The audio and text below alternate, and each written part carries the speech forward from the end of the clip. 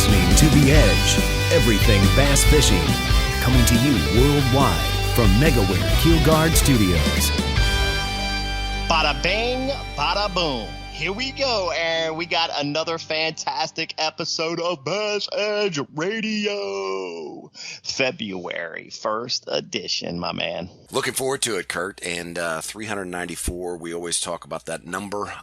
Goes up every time. The shows keep getting better and better thanks to you, but also because of our good friends, our partners from day one, Megaware KeelGuard. All things for your boat, personal watercraft, keel protector, the battery guard, the flex step, the skeg guard, the list goes on and on. All of those things can be found at keelguard.com. Kurt, I think you are at Havasu. Is that correct? Yes, I am at Havasu, chilling in the camper and ready to take on MLF Toyota Series West Side. And how are you feeling? Man, I'm excited about it, dude. All right, I can tell. I'm excited about being, close to the West Coast and feeling that it's just a different feeling when you get out here. You know what I mean? It's one of those things that you can't really touch, but you can feel. So, man, I'm excited. There's all kinds of tournaments going on, Aaron. I mean, it's like the kickoff. There's been some BFLs and some Winter Series events, locally, obviously all around the country, but really kicking off this AAA and pro events this month. Man, we've got the Havasu event here in Arizona, Feb 2 through 4, down at the Harris Chain kicking off today is the Toyota Series, Feb 1 through 3. And then just a week later, you've got the MLF Invitationals rocking it down at Lake Okeechobee, February 8 through 10. So, dude, it's just like we turned the corner from Christmas and New Year's, and all of a sudden, 30 days later, it is springtime. Get on the water. Fish are fat, pre-spawn, ready to rock and roll. So excited to get this bass fishing season started from a tournament aspect. No doubt. And a lot of stuff certainly in kind of the Midwest region is getting ready to towards more the middle end of this month. We'll be rocking and rolling there as well. But like you said, after the first of the year, it's kind of like sit down, attach your kill switch, and we're off to the races.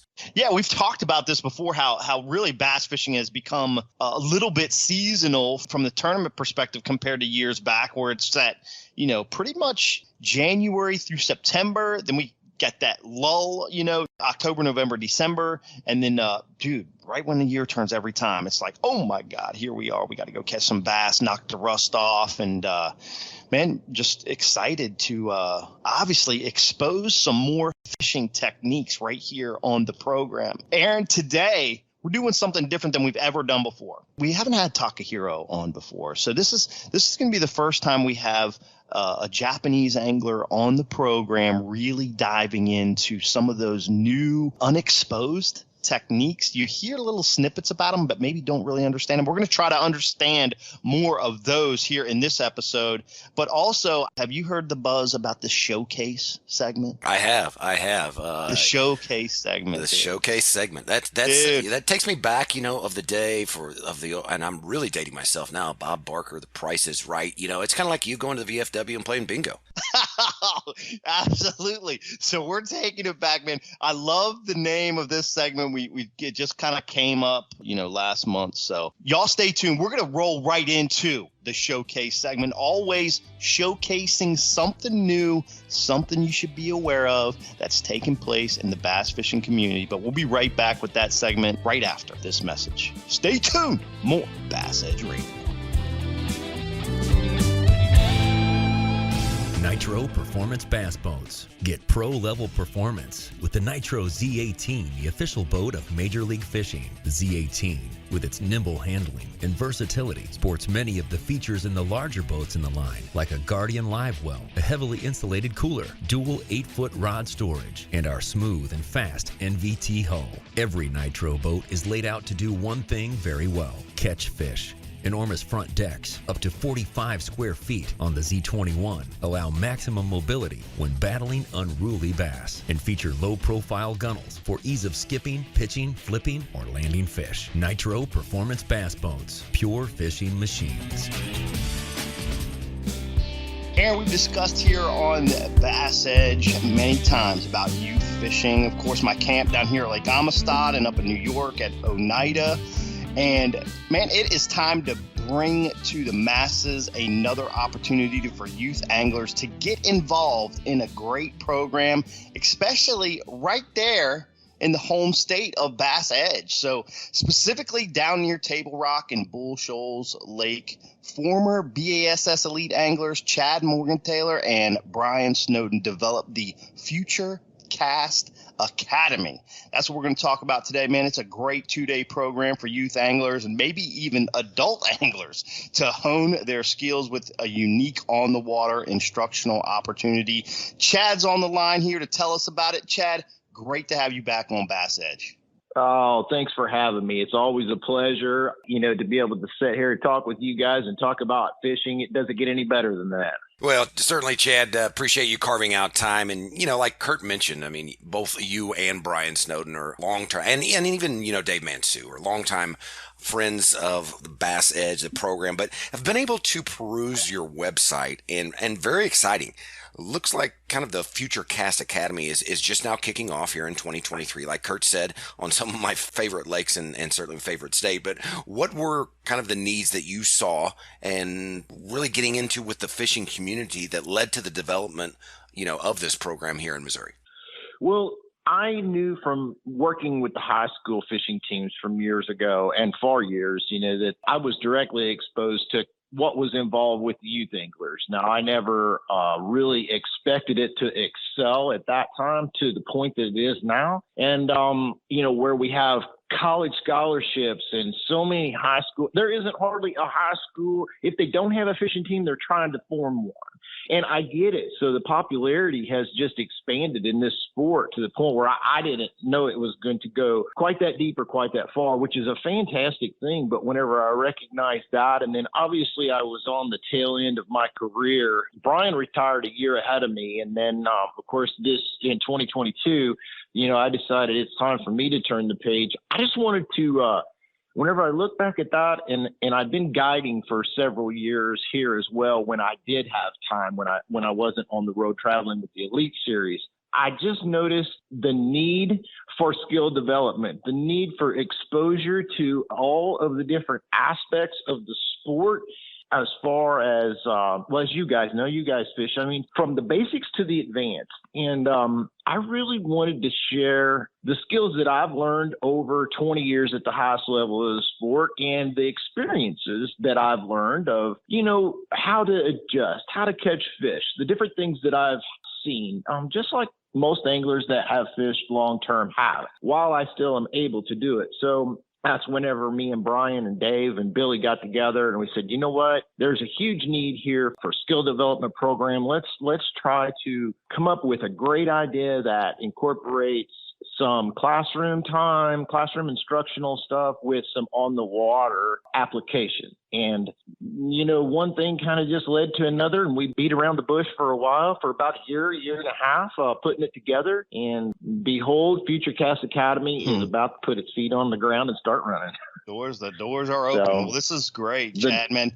Let me ask you this. You've been guiding there in your home state of Missouri for maybe not your home state, but you're adopted. It's your adopted state of Missouri. Right. But you've been guiding there for a while, and obviously you got a lot of great fisheries there with tons of bass to catch. And you're able to see these folks on the water. You see this process that's needed for these younger anglers. And like you mentioned, Missouri is also a wonderful state with tons of colleges that have fishing programs as well. So the stepping stone is there, not just from a high school angler, development process, but also that college angler development process. What are some of the most common mistakes that you're seeing today in young anglers? And how do you believe this? It looks like a 2-day program, 8 hours a day, along with on the water fishing fun, can progress these anglers to the next level. Yeah. So it's the unknown that's probably what I identified as being the biggest obstacle that they have to overcome. And, if they don't have someone to help fast track them or to share that experience or to consult with, whether it be virtually or in the classroom. And obviously, as you know, best case scenario on the water. When these anglers come to us, and again, I kind of refer to it on guide trips and in the high school programs and things of that nature. One of the biggest obstacles that they have to overcome is they don't have the opportunity to spend, 12 hours a day, 5-6 days a week on the water. Right. And that's what's and so they don't learn those gut instincts. They don't get to relate. They don't have the ability quite yet. It hasn't developed that why that bite occurred, where it occurred, and put all of those things together. They're still struggling to try to figure out what the difference that rock on the bottom feels like versus a very subtle bite on a football G. Right. And that just comes with time.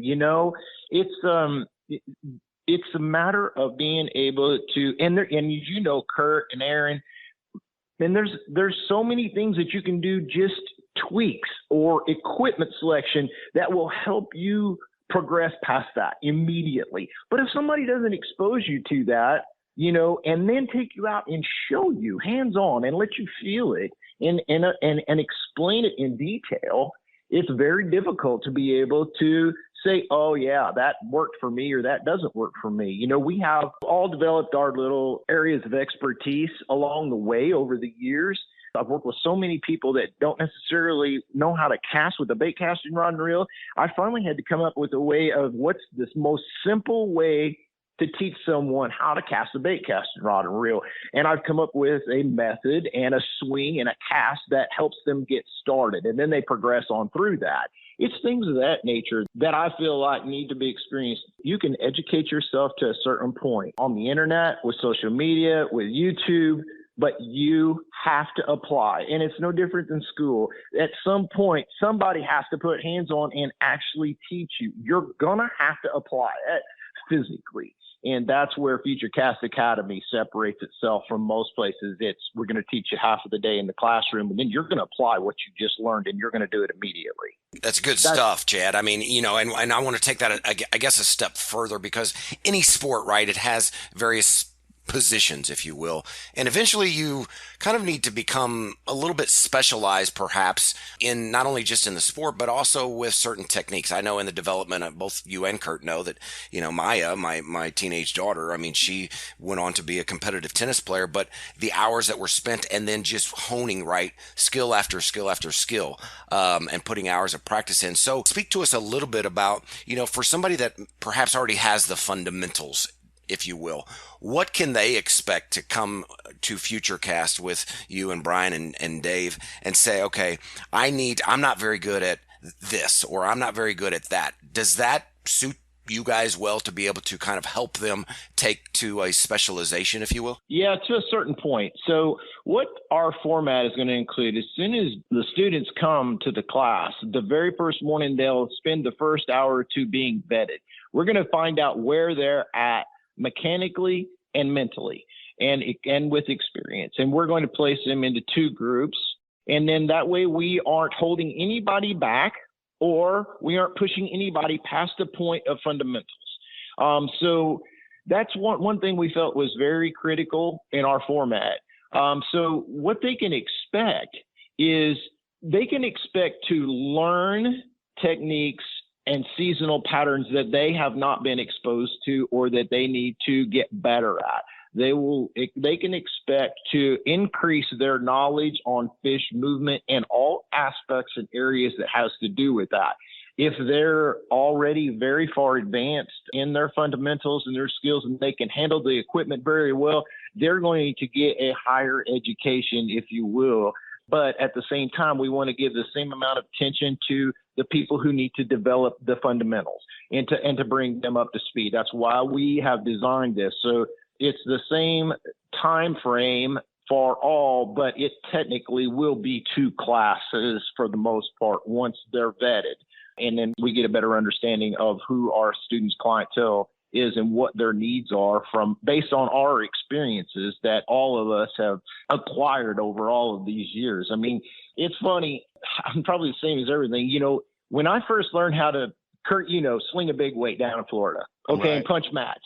Right. I thought I was good at it after 3 or 4 years of doing it. And then I went with somebody who really was good at it. And I understood that I wasn't very good at it. You go with Glenn Brown, Terry Scroggins, all those guys down there. When you put yourself, I guess it's kind of like golfing. You always want to golf with someone that's better than you, or that has more experience, and you're going to learn more. It's just like your daughter in tennis. I'm sure she did not play opponents that had skill sets that were constantly less than her. How do you get better whenever you do that? You don't. You don't get better by sitting on the couch watching it all on television, and you don't get better by just being in a classroom either, and somebody sitting there and telling you this is going to work, this is going to work. Go show me. Yeah. I know it's a little bit long-winded answer there, Aaron. I apologize for that, but there's where we are. Yeah, those are all great points, Chad. Really, kind of sets the tone not only for understanding what youth anglers need to develop, but also as professionals. We're always developing, always becoming more in tune with our skills. And that's never going to stop. If it stops, then we've all got issues. So, certainly it evolves. Yes. Yeah, it constantly evolves. Electronics, forward-facing sonar. There's some portion or several portions at one point with the way that we advance with technology, techniques, and equipment that is constantly moving forward at a speed that is difficult to keep up with even when you do it full time. Right. Just a fact. Well, Chad, one last thing before we go. I think it's really important to bring up, the coaching aspect, obviously, of this FutureCast Academy, things that you're doing there in Missouri, specifically down there around Table Rock, Bull Shoals area. The parents of these youth anglers, a lot of times that when we all grew up, Aaron, me, Chad, it was like we had typically we had an uncle, our father, a cousin, grandfather, somebody that took us out fishing. These days, a lot of youth anglers see this in my camp all the time that are just getting involved based on social media. They're looking for an outlet. They know they like the outdoors and they find bass fishing, and their parents don't know much of anything about bass fishing or many of their family members. So this is a great outlet for that. And Chad, I really like what you said earlier about putting youth anglers on a fast track of development from their skills assessment, in this program that you all have. How important is it for us, and how does FutureCast kind of maybe get involved with the parents and let them understand what the importance is? Obviously, you can see it in basketball or tennis or baseball, of this coaching process, but maybe they don't understand that fishing process because of the, perceived luck factor or, sitting on a log with a bobber and those kinds of things. How do we get involved, and how does FutureCast jump to that next level to let the parents understand what the development process is for their youth anglers to be successful with this new sport that their youth are becoming involved in? That's a great question, and I get this a lot, and it's all over the board, as you probably know, Kurt. I get approached by parents all the time. I went to the BASS high school combine in Decatur, Alabama this year, Nice. And I got bombarded by students and guardians. As soon as I told them about FutureCast and I shared my life experiences with them and how things were for me whenever I grew up and got into the sport, they were very intrigued. But the common denominator here was, we want to support and help, but we don't know anything about it. That's okay. So actually, it's kind of funny. We're trying at FutureCast Academy to be diverse. That's why it's for anglers of all ages. Actually, this weekend, we're holding a high school bass fishing boat captains class just as the introduction into the sport, to let them know what they're getting themselves into, whether it be a parent or just somebody that wants to help. So we're trying to offer diverse programs to educate that. The good part is that it appears that the parents really want to help the kids. So they send, like you said, you've got a great camp. It's a little different format, but it's a great experience for the kids. FutureCast Academy here at Table Rock, we wanted to do a multi-day weekend adventure so that the parents could be involved too. It's kind of a family destination spot. And if one of the parents or guardians wanted to sit in to see what it's all about or to learn, we're not opposed to that. If their kid is one of the students, they can talk with us. We also offer virtual coaching. We felt like that was hugely important. Nice. You can't just spend 2 to 4 days with someone and then say, you're on your own, Good and never, right. yeah, good luck. I mean, that's like turning you loose with a $100,000 bass boat, which is the case in a lot of situations. They go, yeah, I wish you the best. It's going to go really fast. Yeah, it's also going to go really bad probably. So with all that being said, we wanted to offer opportunities where the parents, the student, they could work together. We're actually looking at offering, the parent-child classes so that, hey, if you fish with mom, if you fish with dad, it's cool. Come to the class. Let's teach it. And we've been approached by that. But it's really important that the parents are supportive, that they're involved. We got enough problems in this world the way that it is. So this is one of the things that can really bring the family together. You can spend time together. There's usually not a whole lot of bad that's involved with it, and it's a lot of fun. As long as you kind of got somebody to help guide you. And you got to start learning sometime, but I applaud the parents that are supporting their students, the dreams, or the parents themselves just want to understand it, become better anglers, and spend more time. And so that in itself is a lot of times what we recognize going forward with Future Cast Academy and just the sport in general. That's what I really enjoy about this sport is. Yeah, no, that's fantastic, Chad. Here. I mean, Future Cast, it sounds like it's totally customizable based upon what perhaps the student of all ages needs. And then certainly just with the safety issue with boat captains, but also camaraderie, building that bond, between the student and their guardian. That's quite honestly, I think that's what the outdoors is about. So quickly, will you tell us and tell the listeners where that everyone can catch up on you and Brian and Dave concerning FutureCast? Oh, yeah. So FutureCastAcademy.com. You can go to the website. We're going to try to keep materials up to date, posted there. We have social media, Facebook and Instagram. Obviously, it's FutureCast Academy.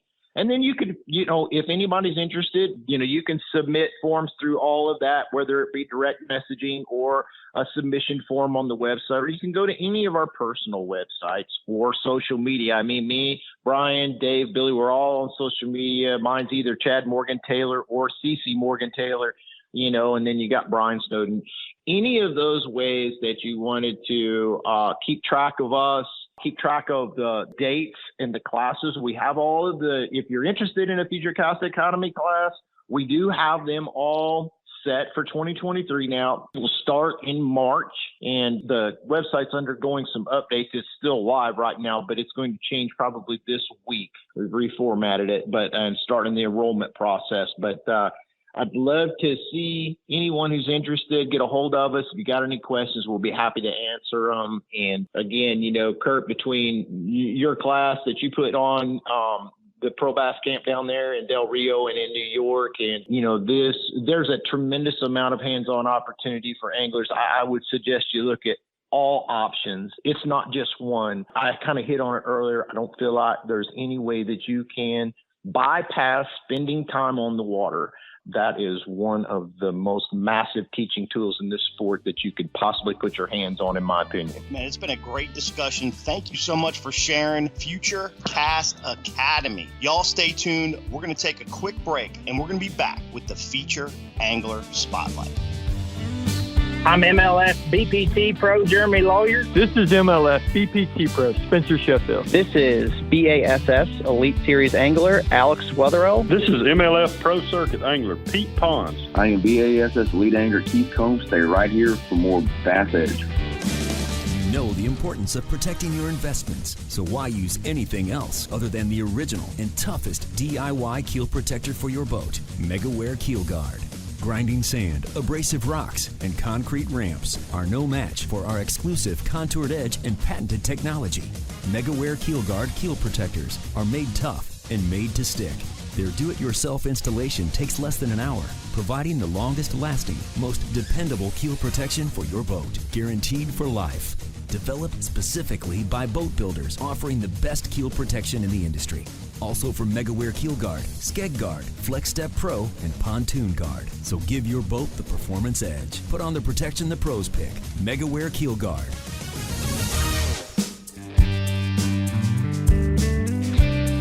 Well, Aaron, as I preluded in the intro and rolling into this featured angler spotlight. We have a global show today. We've got a Japanese BASS Elite Series Pro on the show, and we're going to break down some new and maybe misunderstood techniques that are successful here in the United States and have basically come across the Pacific Ocean. So we super appreciate Kenta being with us today. Mr. Kenta Kimura, excellent to have you here on BassEdge Radio. Hey, how you doing? Great. It's good to have you, Kenta, and you know, congratulations on really what I would say living the dream. You know, that's how so many of us look at that. That's kind of in the sport. But I just want to point out, it's difficult for Elite Series U.S. anglers to achieve that top success, but I can't imagine the road that you have literally traveled to become BASS Elite Angler. Can you just go into a little bit of detail of how long you've been kind of living in the U.S. fishing tournaments and what was your path to the Elite Series like? Okay, in the first year I came over here was about 20 years ago. I was 20 years old, and now I'm 40, so been chasing this dream for 20 years. And I started with the calling side back in 2005. So it's just like everybody went through the process, you know. When you first came to the United States, Kenta, what area of the country did you move to? I didn't move at all. I just, got an airplane ticket to where the tournament's going to, which I was fishing the FAW Tour as calling side back then. And, just trying to find some of the friend to fish with in the practice. And so did you have like a kind of a sponsor or a mentor or a person that said, hey, you know what, come on over here, you can live with us, shack up with us, or yeah, finally got to find the one of the friends I've been to practice with, and I'm still with them. Okay, and who was that, and where do you base out of now? It is the Toby Hossell, the guy who used to fish in the FAW Tour as a boater. Oh, yeah. And he's living in Oklahoma right now, so that's why I'm keeping my boat and truck, and I got a storage bit in Oklahoma. Oh, that's awesome. Toby Hartzell is a great angler there on Grand Lake in Oklahoma. Yeah, I remember Toby from the Central Pro-Am days way back in the day, and used to be in the logging, into the logging business. Yeah, so back then I didn't speak none of the English, so I knew how to ask him to take me fishing. Could you take me out at the boat ramp, and we're dealing with it since then. That's awesome. So you established a relationship, a friendship with Toby Hartzell there in Oklahoma, and then basically just came over here similarly like every U.S. angler does, and you started to learn the lakes by fishing on the co-angler side and the FLW Tour. And when did you start fishing on the boater side in these events? I thought it was like 2010 or 2011 or something like that.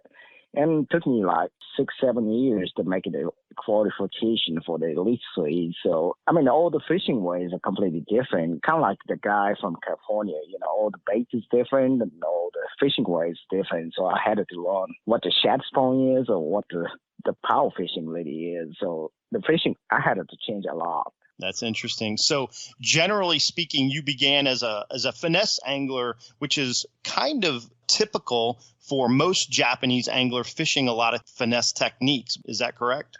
Here's the point. I'm from Lake Biwa. Do you know have you heard about it? Yes, of course. The world record bass is from Lake Biwa.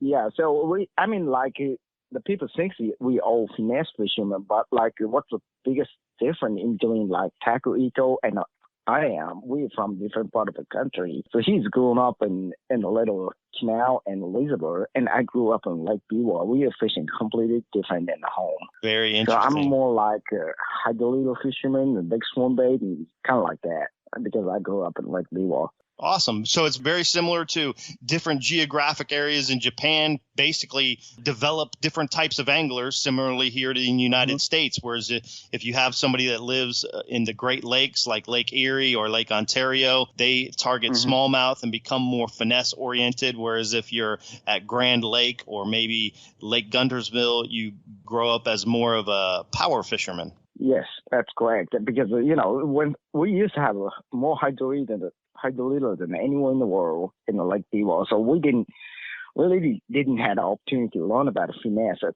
just the Lake Biwa. But I've been fishing all over the country, so just learn about a whole different technique like the finesse side too. That's cool. So one thing that we want to discuss today is some of those techniques that are coming from Japan. And I remember last year at Lake Oneida and a couple other tournaments, you've had some really good success utilizing a technique of fishing with what I call is a gravity bait, or a soft plastic bait that's very heavy. Can you tell us about this gravity bait and heavy soft plastic bait fishing technique, and how it became to be so popular in Japan, and how you're using it here in the United States? Okay, sure.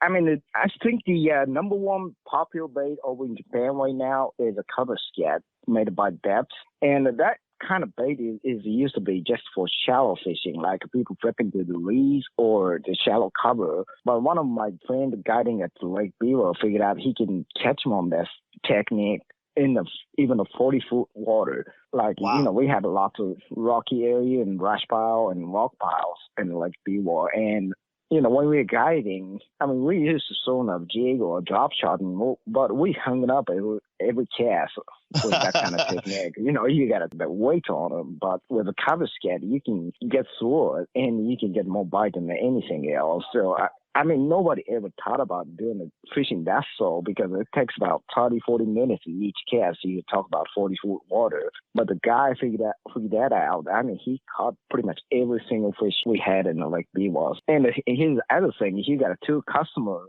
in the back of a boat. You're showing a drop shot or a jig. I mean, somebody's hanging up every cast, you know what I mean? Right. But with a cover scat or that kind of technique, you don't hang it up at all. And another lure, you actually developed a lure for Berkeley, Japan that is kind of similar. It's a gravity bait. Can you tell us about that bait that you've utilized here in the United States? Okay, sure. That is I think I actually designed it for a little bit of different purpose.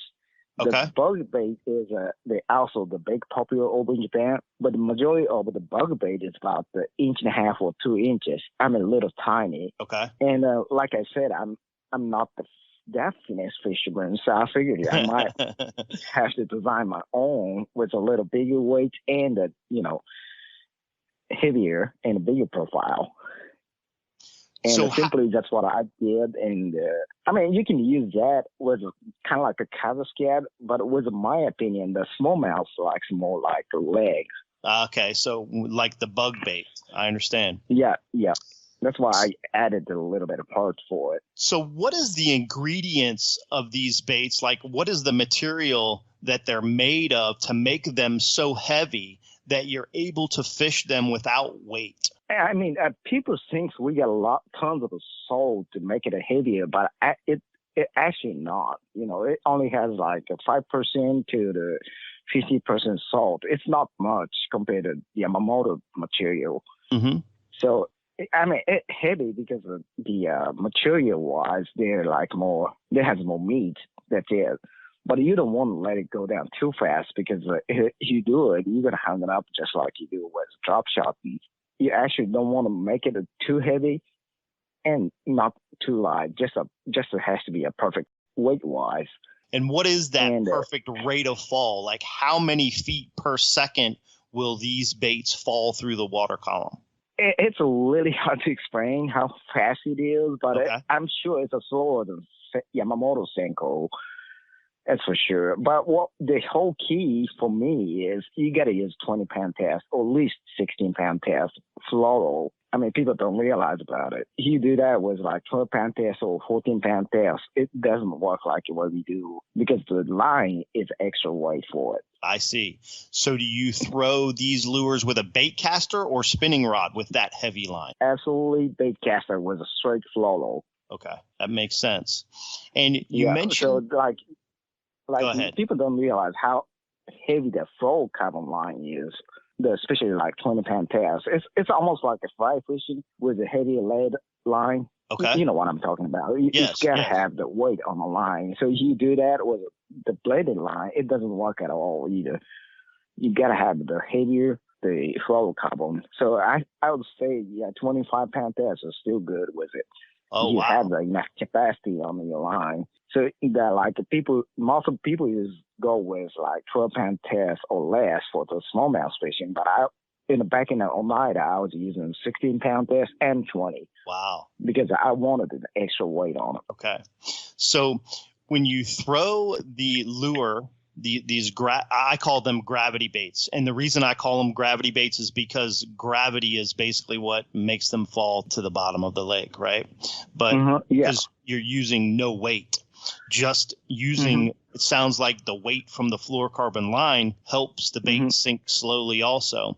So after you cast the lure, you make a long cast.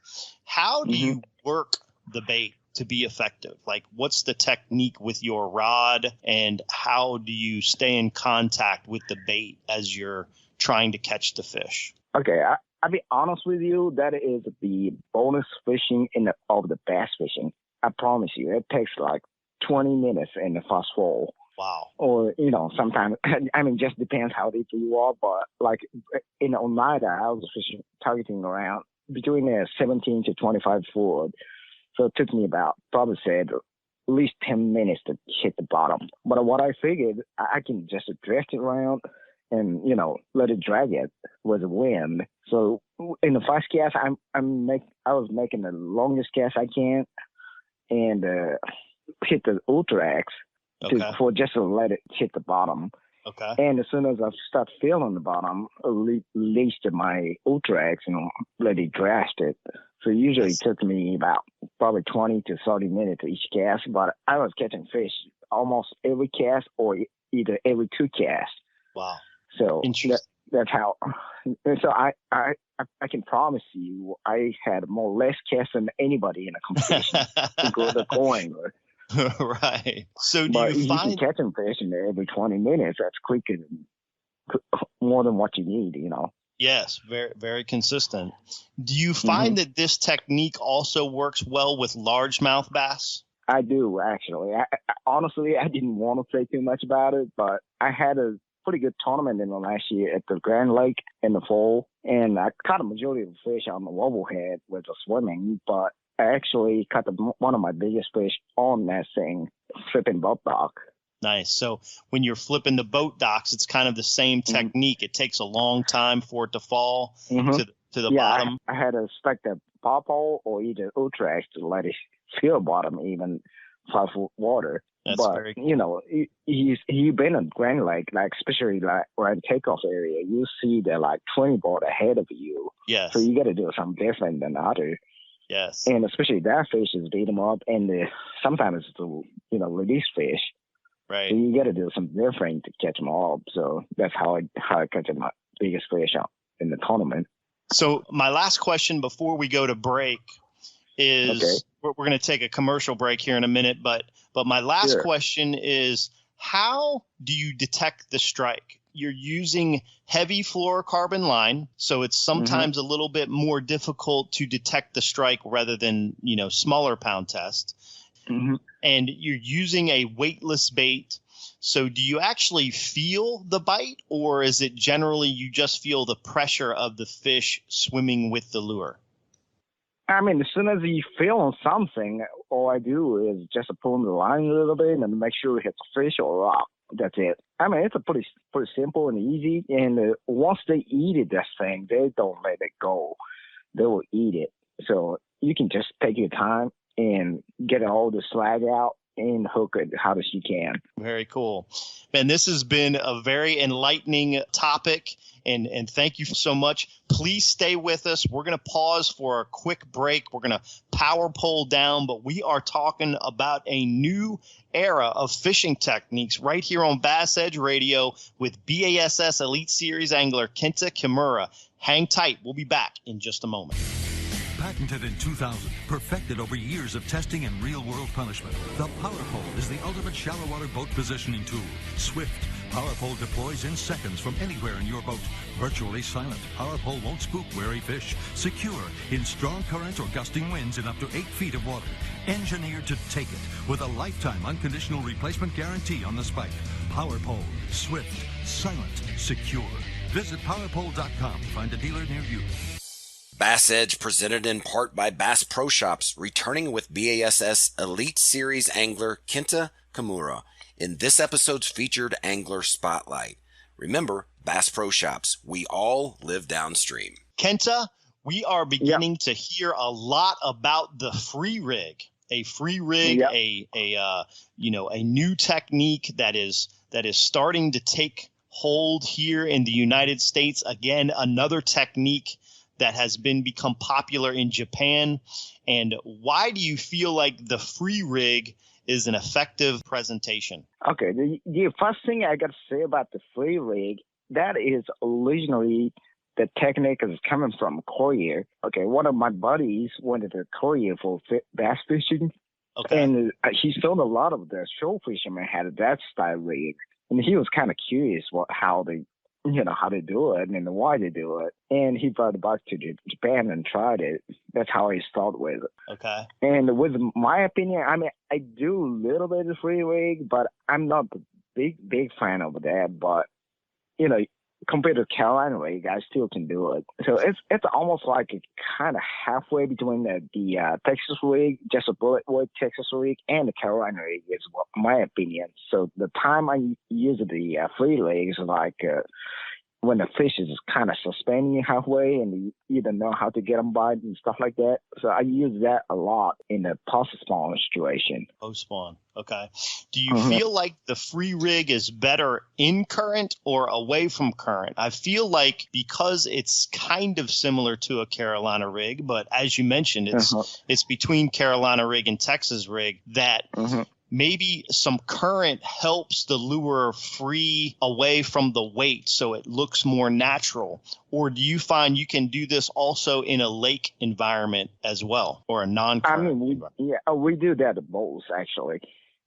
It's almost like Carolina rig. You can do that just in a pond or the place does not have current too. So you can do it both way. And the good thing about the free rig is you can still cast that bait to the cover, not like Carolina rig. You get hung up every cast that hits a heavy stick cover, but you can do that with a free rig. Gotcha. And here's the whole key for myself is the bait makes a big difference for the free rig. Like if you got too much the parts on the soft plastics, like the big creature bait has so much action. That bait does not work as well like the way I want it because it catches too much air when you cast. Okay.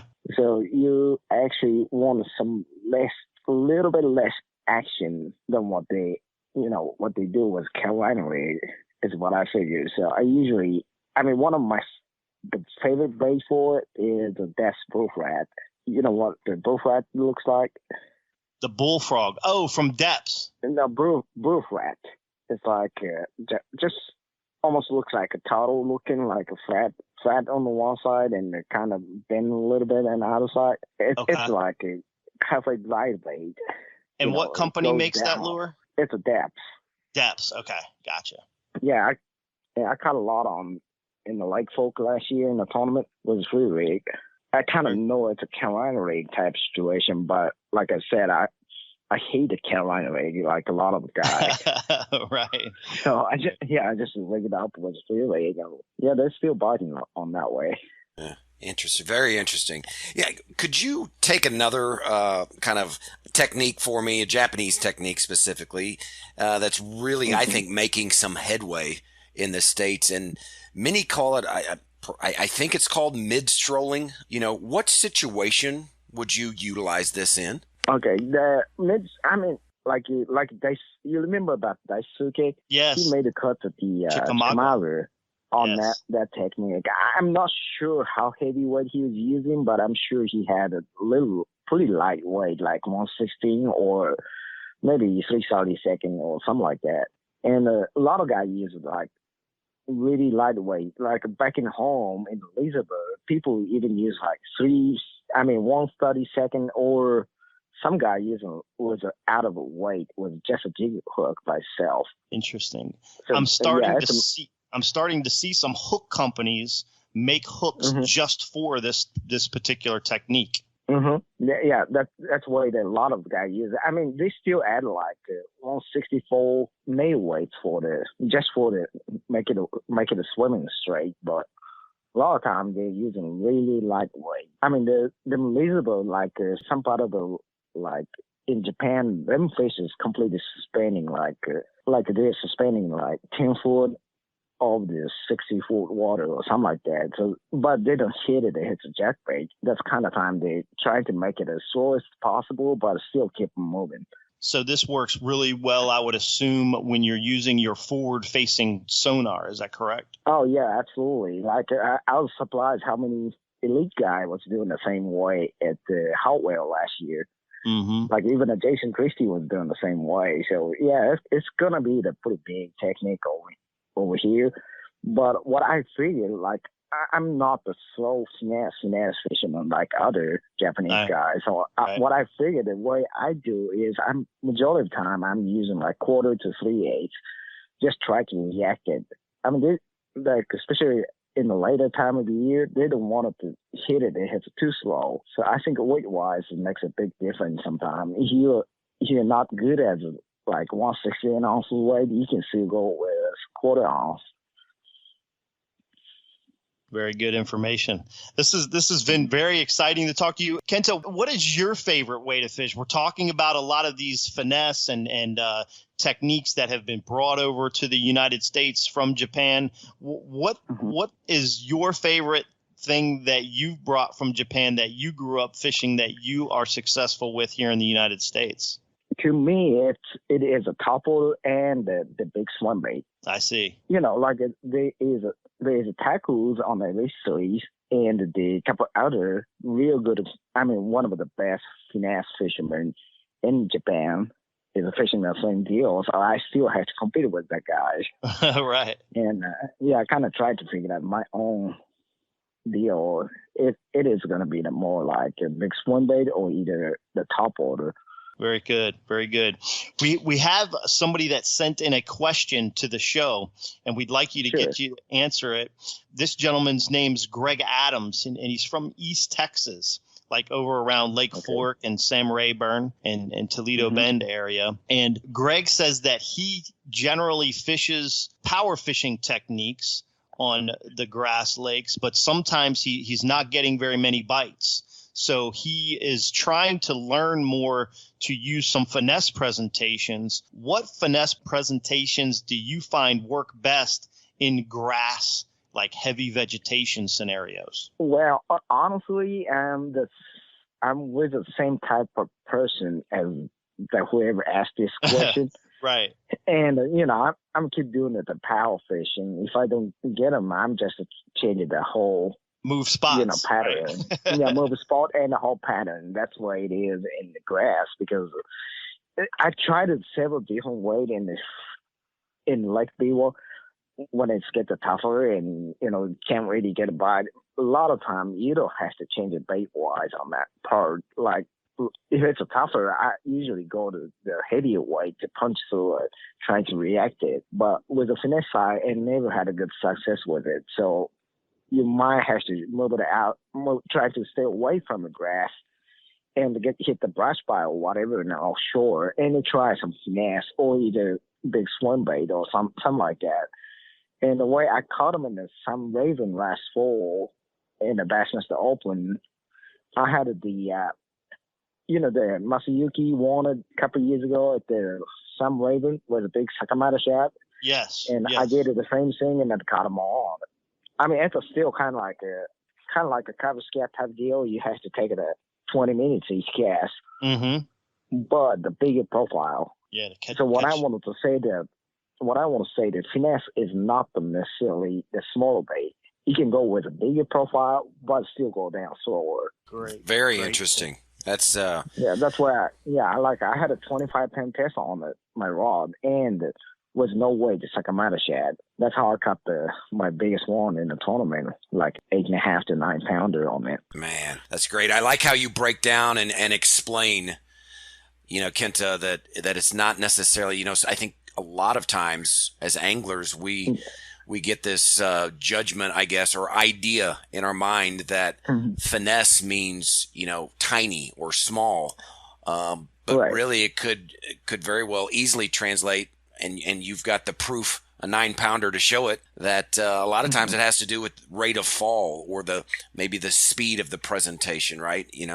So very good insight. Yeah, and we are competing with people, and every single fish in East Texas have seen a bait, or Yes. they've seen the bait every hours, so they know what we're doing. If you're doing the same approach, and like if you're flipping Texas rig, everybody else is doing. But if you talk about offshore stuff, there is not too many options for other guys. Majority of guys on the Texas rig warm or either Carolina rigging or deep crankbait. That's it.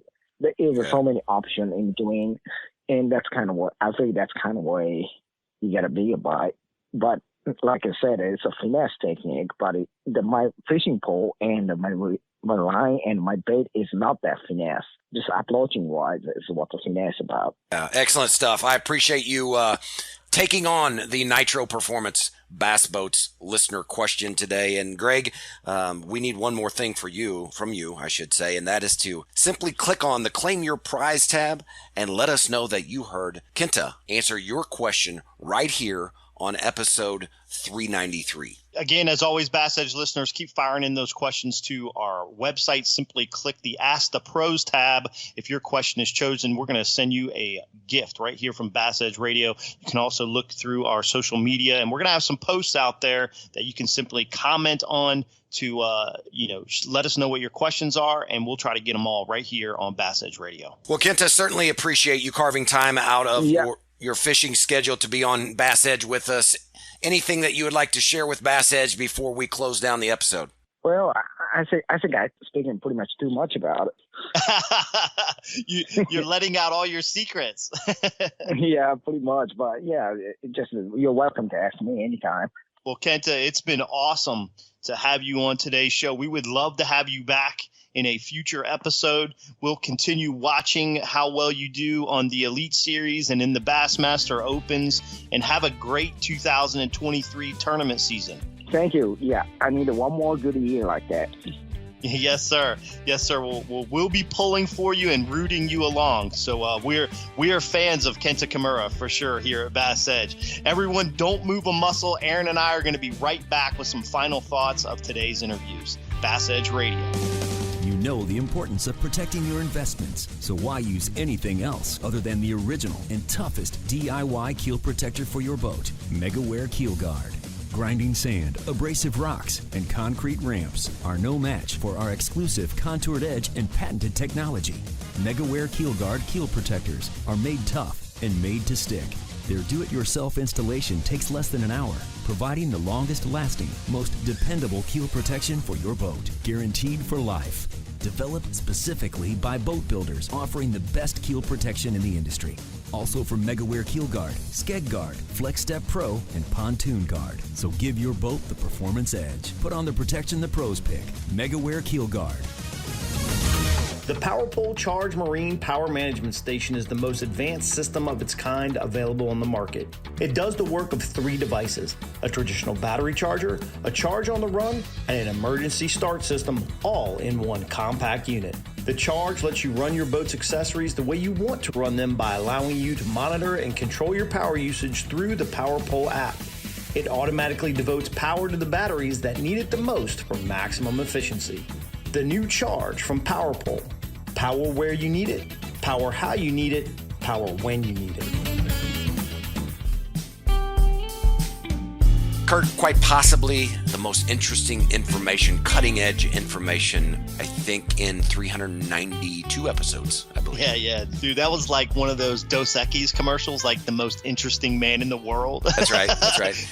or the E.F. Hutton. When Kenta talks, people listen. That's right. I kind of view it as, my quote mantra would be, I don't normally catch fish, but when I do, I listen to Kenta. So, man, I really feel like, something a little bit groundbreaking, not only here at BassEdge, but man, I just got some butterflies on what we're doing in the fishing community and kind of enlightening people. And thanks to Kenta for that. I mean, he obviously, not native English speaker, did a wonderful job in really dialing in what, about these techniques, what makes them effective, and how he likes to utilize them. Some of them he utilizes more than others, but obviously he's a power fisherman. That's right.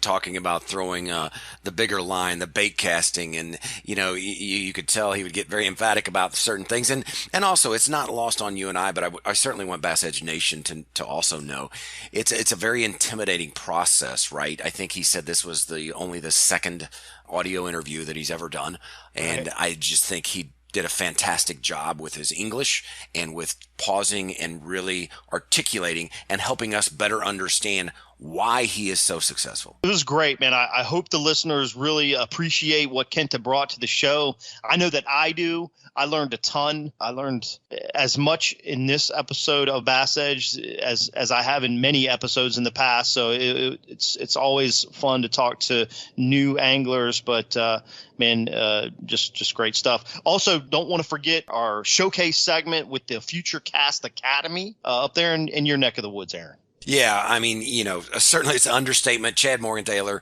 Brian Snowden, Dave Mensue, all very good friends, very close friends of the project.